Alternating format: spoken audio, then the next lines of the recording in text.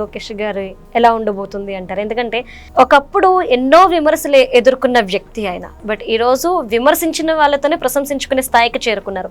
Next ఆయన reach ఏంటి? అంటే నేను బ్రాహ్మణి జాతకం తీసుకొని ఆమెకున్నటువంటి యోగాలు వివరిస్తూ లోకేష్ గారికి మహోన్నత యోగాలు స్టార్ట్ అవుతాయి. కానీ 2024లో గెలిచిన దగ్గర నుంచి 26 అక్టోబర్ వరకు లోకేష్ గారు చాలా కూల్గా తన పని తను చేసుకుంటూ డెవలప్మెంట్స్ మీదనే దృష్టి పెడుతూ వెళ్ళిపోతారు. 27 మార్చి తర్వాత నుంచి నిజమైనటువంటి అతనిలో పరిణతి చెందినటువంటి పూర్తి స్థాయి రాజకీయవేత్త కావచ్చు, అట్లాగే బిజినెస్ కు సంబంధించి రాష్ట్రాన్ని డెవలప్ చేసేటువంటి ఒక ఆలోచనాత్మక ధోరణం కావచ్చు, ఖచ్చితంగా అన్ని డెవలప్మెంట్స్ వస్తాయి.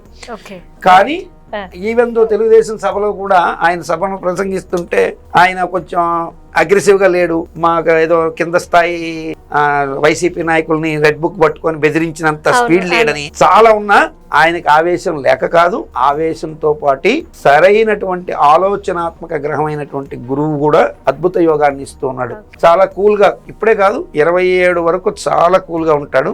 ఒక అభివృద్ధిని చూపించిన తర్వాత అభివృద్ధి ఫలాలు తింటున్నప్పుడు శత్రువులకి, తన యొక్క ప్రత్యర్థులకి, ఎవరికైనా కావచ్చు, తనని ఇబ్బంది పెట్టిన వాళ్ళందరికీ తప్పకుండా గుణపాఠాలు అయితే చెప్పి తీరుతాడని అనుకోవచ్చు. ఓకే.